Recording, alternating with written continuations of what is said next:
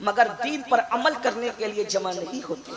اور یہ قیامت کی نشانیوں میں سے ایک نشانی ہے. اللہ کے رسول علیہ السلام نے فرمایا میری امت پر ایک وقت آئے گا قیامت کے قریب, لوگ دین سننے تو جمع ہوں گے لیکن دین پر عمل کرنے جمع نہیں ہوں گے. اللہ اکبر. یہ ہزاروں کے مجمع میں ہاتھ مت اٹھانا, آپ کو ذلیل کرنے نہیں بلایا, لیکن ہاتھ مت اٹھانا, مگر یہ بات دل کے اوپر ذرا سوچو, احتساب کرو کتنے لوگ عشاء پڑھ کر آئے ہیں اور کتنے لوگ جا کر فجر پڑھیں گے. میرے بھائی یہ جلسے یقیناً انقلابی ہوتے ہیں اور ہو سکتے ہیں, لیکن اگر آپ نماز نہیں پڑھو گے تو آپ کو پتہ ہے اللہ کے رسول علیہ الصلوۃ والتسلیم کے غلاموں, ہمارے امام اعظم ابو حنیفہ کا فتویٰ ہے کہ جو نماز نہیں پڑھتا اللہ اس کا کوئی بھی عمل پھر قبول نہیں کرتا.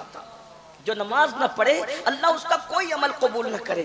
اگر مجھے لوگوں کے ذوق کا خیال نہ ہوتا تو میں پوری زندگی صرف نماز پر تقریر کرتا. کیوں؟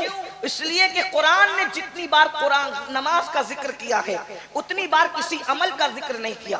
کسی عمل کا ذکر ایک بار, کسی عمل کا ذکر دو بار, کسی عمل کا ذکر تین بار, کسی عمل کا ذکر چار بار. تنہا نماز وہ عبادت ہے میرے بھائی جس کا ذکر اللہ نے قرآن میں 700 مرتبہ فرمایا ہے. 700 مرتبہ. صوفیہ فرماتے ہیں اسی لیے کوئی ایک وقت کی نماز چھوڑتا ہے تو وہ 700 مرتبہ اللہ کی نافرمانی کرتا ہے. امام احمد ابن حنبل فرماتے بے نمازی کافر ہے, کافر. اللہ اکبر. مجھے بتاؤ نا میرے بھائیوں, ذرا بتاؤ, اپنے آپ پر رحم کرو. یہ تم جنت کے خواب دیکھ رہے ہو, میں نے اس کا چہرہ دیکھ لیا ہے, میں اس فلاں بزرگ سے مرید ہو گیا ہوں, اب میں جنت میں جاؤں گا. میرے بھائی پہلے تجھے شریعت کا مرید ہونا پڑے گا. اگر تو شریعت کا مرید ہے تجھے سب کی پیری مریدی کام آئے گی, اور اگر تو شریعت کا مرید نہیں ہے تو کوئی پیر تیرے کام نہیں آ سکے گا.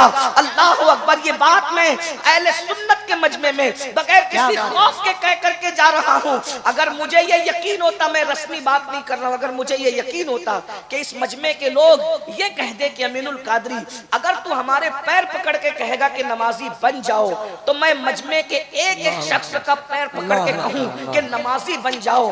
کیوں؟ اس لیے کہ تم نمازی نہیں بنو گے تو تم جنتی نہیں بن سکتے, جہنم کے اندر جلو گے میرے بھائی, جہنم کے اندر جلو گے. یہ جو شاعری کی دنیا ہے, میں شعرا کا مخالف نہیں, لیکن وہ شعرا جو تمہیں ہتھیلی پہ جنت دکھا رہے ہیں اور یہ کہہ رہے ہیں کہ تم جو ہے وہ یہ اس کا چہرہ دیکھو تو جنت, اس کا چہرہ دیکھو تو جنت, اور تم سنی ہو تو جنتی ہو. پہلی بات تو میں یہ کہنا چاہتا ہوں کہ جو نماز نہیں پڑھتا, نماز کی قدر نہیں کرتا, نماز کی اہمیت نہیں جانتا, وہ کیسا سنی ہو سکتا ہے؟ اس کی سنیت کا کتنا اعتبار ہے ذرا یہ تو بتائیں.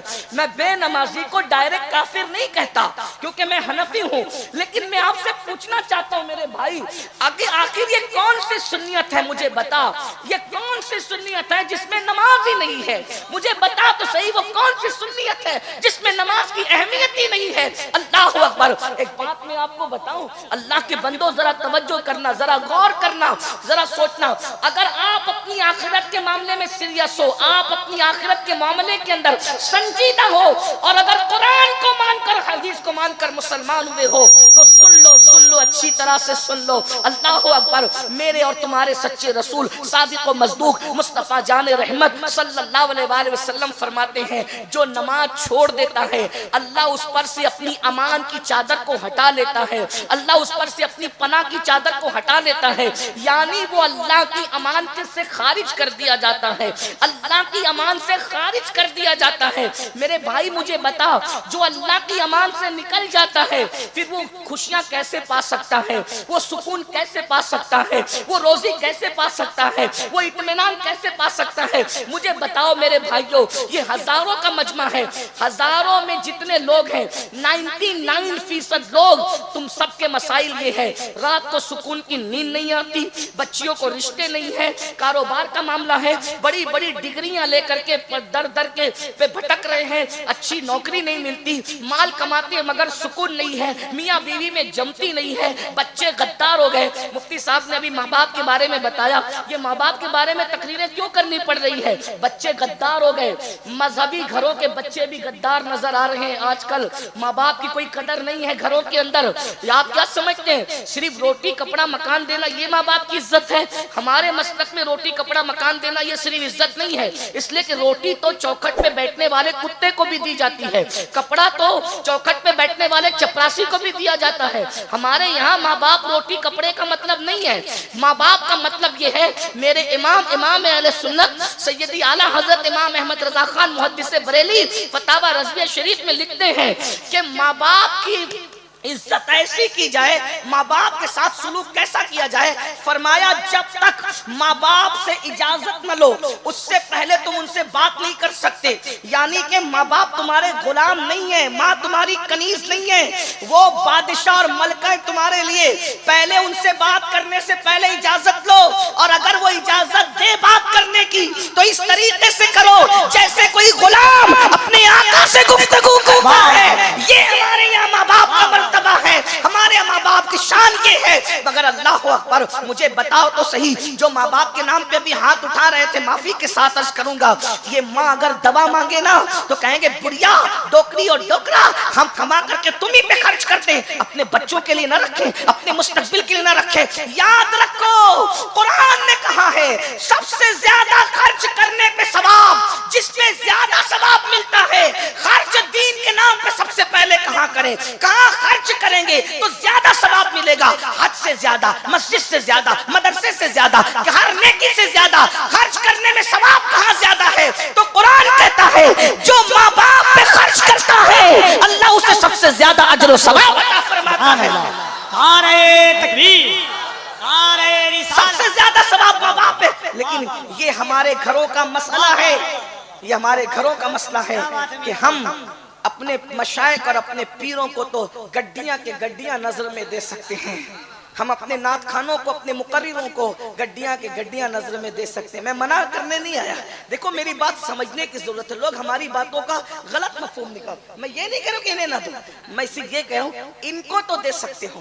اور اگر ماں ہاسپٹل میں ایڈمٹ ہو جائے تو اور 4 بیٹے ہو تو چاروں جھگڑا کرتے کہ تیری ماں نہیں ہے, تیری ماں نہیں ہے, تیری ماں نہیں ہے, تو بل نہیں دے سکتا, تو بل نہیں دے سکتا. اور اگر 4 مرید ہو اور وہ چاروں اپنے پیر کو گھر بلائیں تو چاروں کے چاروں ایک سے کھانا, ایک سے غذا, ایک سے ایک لفافہ پیش کرو. میں منع کرنے کی بات نہیں, ہم کیوں منع, نیکی سے ہم کیوں, لیکن ہم یہ کہیں ترجیحات کو دیکھو, پہلے کون, پہلے کون. ایک بات بتاؤں, اگر غلطی کروں گا تو میری اصلاح میرے علماء کریں گے, اور میں تو ایک صوفیوں کا غلام ہوں, اپنی غلطی ہم ماننے کے لیے تیار. ہمارا عقیدہ امام حسن والا ہے کہ آر نار سے بہتر ہے نا. زیادہ سے زیادہ ان کے جلسے میں کوئی اتنا ہی کہے گا نا کہ اس نے غلطی کر دی تھی پھر توبہ بھی کی, یہی کہے گا. لیکن بس یہ آر دلانا اس نار سے بہتر ہے جس میں جلایا جائے, ہے نا. اکڑنے سے اچھا ہے جھک جانا, ٹھیک. جب امام حسن سے ہم نے یہ سیکھا ہے, ہم تو ہیں ہی حسنی لوگ, الحمدللہ حسینی بھی ہیں, حسنی بھی ہے. لیکن ایک بات سوچو, غور کرو, پیران پیر کی دعا بھی رسول اللہ کی دعا کے برابر نہیں ہے اس رنگ میں. توجہ, میں صرف سبق سنانے کے لیے یہ بات کہہ رہا ہوں. پیران پیر کی عظمت کو کون گھٹا سکتا ہے, وہ تو جہنم کا کتا ہی ہوگا جو ان کی عظمت کو. لیکن اس رنگ میں بات کرنا چاہتا ہوں, ذرا توجہ کریں. پیران پیر کی دعا بھی رسول اللہ کی دعا کے برابر نہیں, حتیٰ کہ موسیٰ کلیم اللہ کی دعا بھی رسول اللہ کی دعا کے برابر نہیں. کائنات میں حضور کی دعا صرف حضور کی دعا ہے, حضور کی دعا کی طرح کسی کی دعا نہیں ہے. ان کی ذات منفرد ہے, ان کی بات منفرد ہے, ان کا چلنا منفرد ہے, ان کا بولنا منفرد ہے. اگر میں اس پہ گفتگو کروں تو اشارہ دے کر کے آگے بڑھنا چاہتا ہوں. رسول اللہ جب چلتے ہیں تو حیدر کرار جیسے کو دوڑنا پڑتا ہے, رسول اللہ جب چلتے ہیں تو صدیق اکبر جیسے کو دوڑنا پڑتا ہے. اب میں آپ کو نبی کا چلنا صرف اتنا بتا دوں, نبی اگر چلے تو فاتح خیبر اور رسول اللہ کے مصلی کا امام دوڑتے دوڑتے تھک جائے, شان بشریت سے چلتے ہیں تو صدیق علی کو تھکا دیتے ہیں, اور شان نورانیت سے چلتے ہیں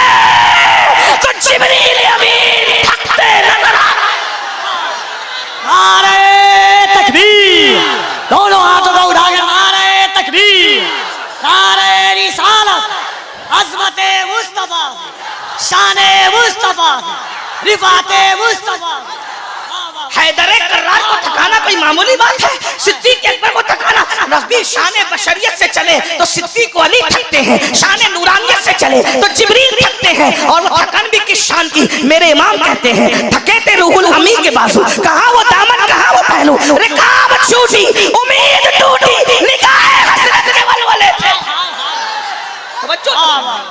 جس کے چلنے پہ جبریل تھک جائیں وہ مصطفیٰ جان، تو ان کا جسم ہے، ان کے جسم کی طرح کسی کا جسم نہیں، ان کا چلنا ہے، ان کے چلنے کی طرح کسی کا چلنا نہیں۔ ہم خاک پہ قدم رکھتے ہیں تو نشان قدم پڑتے ہیں، پتھر پہ رکھتے تو نہیں پڑتے، لیکن یہ میرے نبی کا قدم ہے، خاک پہ رکھتے ہیں تو نشان نہیں پڑتا، اور پتھر پہ رکھ دیتے ہیں تو نشان قدم پڑ جائے گا۔ نبی ہے، ان کا دیکھنا ہے، جیسے آگے دیکھتے ہیں ویسے پیچھے دیکھتے ہیں۔ اللہ اکبر، نگاہ اٹھتی ہے تو عرش کے پرے دیکھتے ہیں، نگاہ جھکتی ہے تو سارا نگاہوں کے سامنے ہوتا ہے۔ ارے جب ان کے 11ویں نمبر کا بیٹا کہتا ہے نظر تو الہ بلاد اللہ جمع، کہ میں اللہ کے شہروں کو ایسے دیکھتا ہوں جیسے تم ہتھیلی پہ رائی کا دانہ دیکھتے ہو، جب 11ویں نمبر کے بیٹے کا دیکھنا یہ ہے تو پھر رسول اللہ کے دیکھنے کی شان کا عالم کیا ہوگا؟ میرے امام کہتے ہیں، اور بڑے مزے میں کہتے ہیں، مشکل ہوگا لیکن اہل علم سمجھیں گے، عشق والے بھی سمجھ جائیں گے۔ میرے امام نبی کی نگاہوں کو بیان کرتے ہیں، کہتے ہیں اللہ اکبر، شش جہت سمت مقابل، شب و روز ایک ہی حال۔ تھوڑا مشکل ہو گیا، میں آپ کو یہ نہیں کہوں گا سبحان اللہ کہو، لیکن میں آپ کے عشق پہ چھوڑتا ہوں کہ نبی کا ذکر اس شان سے ہو تو سنی کتنا کیا کہہ سکتا ہے۔ جس کے نام پہ مردے بھی بول پڑے اور کنکریاں بھی بول پڑے، اگر اس کے ذکر پہ سنی نہ بولے تو پھر کیا مزہ ہے؟ یہاں تو کنکریاں بھی بولتی ہے نا۔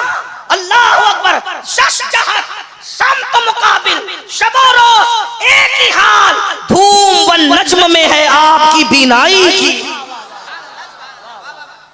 میری اوقات تو نہیں کہ میں اس پہ کوئی تفسیرہ کروں، لیکن کوشش کرتا ہوں تاکہ آپ کو سمجھ میں آ جائے۔ سمتیں 6 ہیں، کتنی سمتیں؟ 6، اوپر نیچے آگے پیچھے دائیں بائیں 6 ہیں۔ 6 سمتیں رسول اللہ کے سامنے ایسے رکھ دیا گیا ہے جیسے دنیا کا میپ آپ لوگوں کے سامنے رکھا جاتا ہے نا؟ ہاں، لیکن اللہ اکبر اس میں بھی فرق ہے۔ دنیا کا میپ اگر ہمارے سامنے ہو نقشہ تو ادھر کا سامنے ہوتا ہے، ادھر کا ہماری نظروں سے اوجھل ہوتا ہے، لیکن 6 سمتوں کو اللہ نے مصطفیٰ جان رحمت کے سامنے ایسے سمیٹ کر کے رکھ دیا کہ 24 گھنٹے رسول اللہ ہر گاؤں، ہر قریہ، ہر دیہات، ہر شہر، ہر ملک، ہر ذرے ذرے کو یکساں دیکھ رہے ہیں۔ میں کوئی تمثیل نہیں پیش کر سکتا، لیکن اتنا ضرور کہوں گا، اگر تم اپنی ہتھیلی کو سامنے رکھ کر جس طرح دیکھ رہے ہو رسول اللہ پوری کائنات کو 24 گھنٹہ اس سے بہتر انداز سے دیکھ رہے ہیں۔ شش جہت سمت مقابل، شب و روز ایک ہی حال، دھوم والنجم میں ہے آپ کی بینائی کی، اور کوئی غیب کیا تم سے نیا ہو بھلا، جب جا خدا ہی چھپا تم پہ کروڑوں درود۔ اللہ اکبر، یہ مصطفیٰ جان رحمت کا دیکھنا ہے، یہ حضور علیہ السلام کے دیکھنے کی شان ہے۔ آقا فرماتے ہیں، حضور کے دیکھنے کی بات آئی تو ایک جملہ اور سن لے، بخاری شریف کی حدیث ہے، آقا علیہ السلام فرماتے ہیں میرے پیچھے رکوع سجدے صحیح کیا کرو۔ آقا فرماتے ہیں میرے پیچھے رکوع سجدے صحیح کیا کرو، کیونکہ میں تمہارا رکوع بھی دیکھتا ہوں، تمہارا خشوع بھی دیکھتا ہوں۔ ارے امام رکوع نہیں دیکھ سکتا کیونکہ امام آگے کھڑا رہتا ہے، اور پیچھے مقتدی ہو کوئی امام رکوع نہیں دیکھ سکتا، اور جو پیچھے مڑ کر کے رکوع دیکھ لے وہ امام ہو نہیں سکتا۔ لیکن یہ مصطفیٰ جان رحمت کی آنکھیں ہیں، فرماتے ہیں تمہارا رکوع بھی دیکھتا ہوں اور تمہارا خشوع بھی دیکھتا ہوں۔ نعرہ تکبیر، نعرہ رسالت، اصلاح معاشرہ۔ رکوع کسے کہتے ہیں؟ گھٹنوں پہ ہاتھ رکھ کے اللہ کی عبادت کے لیے نماز میں جھک جانے کو رکوع کہتے ہیں۔ حضور فرماتے ہیں رکوع بھی دیکھتا ہوں تمہارے آگے کھڑے، اس سے بڑی بات تمہارا خشوع بھی دیکھتا ہوں۔ خشوع دل کی کیفیت کا نام ہے، خشوع دل کی حضور فرماتے ہیں تیرا جسم بھی دیکھتا ہوں اور تیرا دل بھی دیکھتا ہوں۔ توجہ ہے آپ کی؟ ہاں، تھوڑا سا منبر والوں کی مدد چاہتا ہوں، ان کی معلومات میں اضافہ نہیں کر سکتا، صرف ان کو سبق سنانا، دعا لینا ہے، اس لیے کہ 2 منٹ تھوڑا سا ماشاءاللہ توجہ۔ غور فرمائیں، توجہ ہے، غور کیجئے، غور کیجئے. صحابہ کو کہا رکوع سیدھے سیدھے، رکوع سجدے سیدھے کیا کرو، صحیح کیا کرو. تمہارا رکوع بھی دیکھتا ہوں اور تمہارا، بولے بھائی تمہارا، بولنا پڑے گا، تمہارا رکوع بھی دیکھتا ہوں، تمہارا خشوع بھی دیکھتا ہوں. خشوع کا مطلب دل کی کیفیت، یعنی جب بندہ اللہ کے لیے پڑھتا ہے نا، اللہ کی خشیت سے پڑھتا ہے، اللہ کو سمیع و بصیر جان کے پڑھتا ہے، اس شان سے پڑھتا ہے ان تعبد اللہ کأنک ترى فإن لم تكن ترى فإنه يراك، کہ ایسی عبادت کرتا ہے کہ گویا وہ اللہ کو دیکھ رہا ہے. یہ کیفیت نہیں بنتی تو اللہ اسے دیکھ رہا ہے اور اللہ تو اسے دیکھ ہی رہا ہے. یہ خشوع کی کیفیت ہے. توجہ کرنا، دھیان دینا. میں آگے بڑھنے سے پہلے ایک جملہ کہنا چاہتا ہوں. صرف جن کے نزدیک نبی مر کر مٹی میں مل گئے ان سے میری کوئی تقریر نہیں، لیکن جن کے نزدیک نبی زندہ ہیں، جان سے زیادہ قریب ہے، تو زندہ ہے واللہ، تو زندہ ہے واللہ، میری چشم عالم سے چھپ جانے والے. رسول اللہ صحابہ کے آگے کھڑے ہو کر جب ان کا رکوع اور خشوع دونوں دیکھتے ہیں، صحابہ کے آگے کھڑے ہو کر، تو آج گنبد خضرا میں آرام کرتے ہوئے کیا مجھے اور آپ کو نہیں دیکھتے؟ توجہ، کیا مجھے اور آپ کو؟ صرف اس جملے پہ توجہ کر لو. سننے سے زیادہ دھیان دینے پر اس جملے کی لیے ضرورت ہے. کیا نبی ہمیں نہیں دیکھتے؟ جن کا عقیدہ ہے کہ نبی نہیں دیکھتے ان سے کوئی بات نہیں، اور جن کا عقیدہ ہے کہ نبی دیکھتے ہیں تو نبی ذرے ذرے کو دیکھ رہے ہیں، 24 گھنٹہ دیکھ رہے ہیں، ہر پل دیکھ رہے ہیں، ہر لمحہ دیکھ رہے ہیں، ہر ساتھ دیکھ رہے ہیں. ہمارا عقیدہ یہی ہے کہ 24 گھنٹے کائنات رسول اللہ کے سامنے ہے.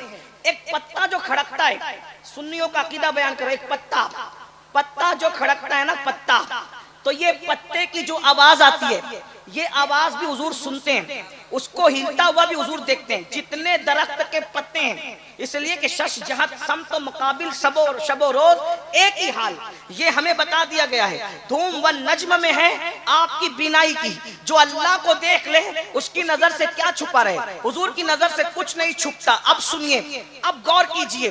جیسے صدیق اکبر کو دیکھ رہے تھے ویسے مجھے اور آپ کو بھی دیکھ رہے ہیں. جیسے صحابہ کا رکوع بھی دیکھتے تھے اور خشوع بھی دیکھتے تھے، ویسے میں مالیگاؤں میں رہوں، کلکتہ میں رہوں، جھارکھنڈ میں رہوں، مجھے بھی دیکھ رہے ہیں، آپ کو بھی دیکھ رہے ہیں. پلس پوائنٹ یہ ہے، عقیدہ یہ ہے کہ اس محفل کو بھی دیکھ رہے ہیں.